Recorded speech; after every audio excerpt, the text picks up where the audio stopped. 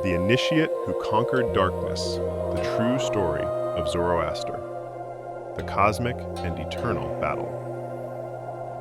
There are battles not fought with steel swords, but in the abysses of the human soul. Thousands of years ago, in the frozen heights of ancient Iran, humanity faced its greatest trial. It was not merely a war between tribes, it was the clash between light and darkness, between the solar word and the spirit of destruction.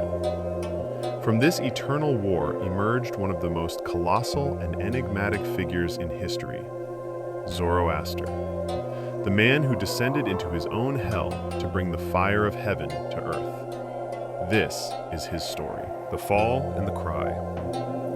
Long before becoming the great prophet, he was called Arjasp.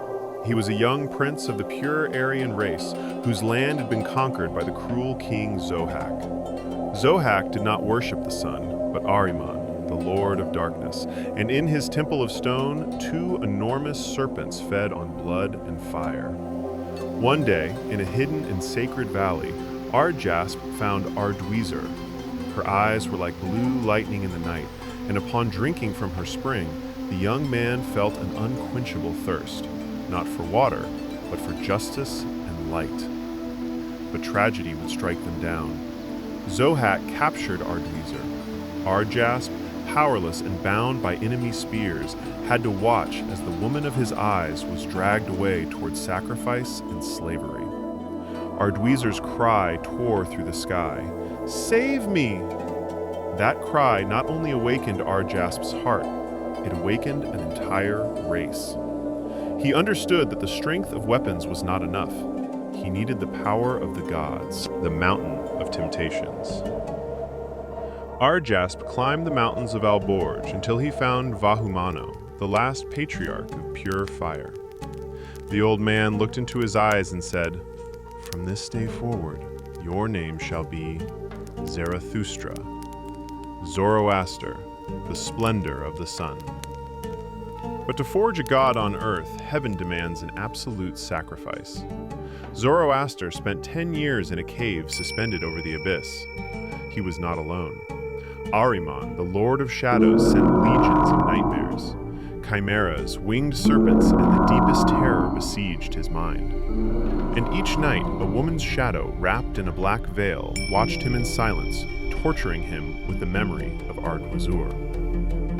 Zoroaster was on the verge of madness, but each morning, seeing the sun dispel the mist, he prayed, "Rise, O radiant sun, and illuminate the world."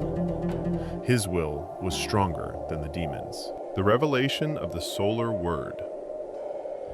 In his 10th year, the abyss opened, but darkness did not emerge from it. Light emerged.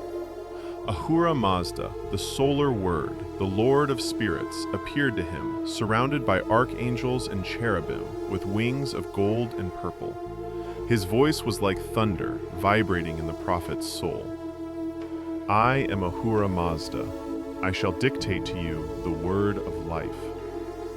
Zoroaster descended from the mountain, but he was no longer a man. He was an initiate. He brought the Zendavesta, the law of light. His doctrine was revolutionary, not to flee from the world, but to conquer it. Purification through fire, sacred work of the earth, and incessant combat against disease, lies, and darkness. Under his guidance, the Aryans ceased to be terrified nomads. They became farmers with bows in their hands and sacred fire in their homes. And finally, they defeated Zohak and the serpents of Ahriman. Light had triumphed. The bridge of the days and the great secret. 40 years passed. Zoroaster was old. He had fulfilled his mission, but his heart held an open wound. What became of Ardweezer? Where was the woman of the spring? On his deathbed, Ormuz showed him the future of his race. He saw empires corrupt. He saw the poison of the serpent and the claw of the lion devouring peoples. Desperate, the prophet wanted to take up the sword once more, but the voice of God stopped him. "Your mission is finished. Ascend to the summit. There, the angel of victory awaits you." Zoroaster's soul left his body and crossed the bridge Tinigad, sharp as a sword and brilliant as a diamond. And there, at the summit of the cosmos, a woman of light held out to him a cup of immortality. Zoroaster looked at her and recognized those eyes of blue lightning. It was Ardwizer.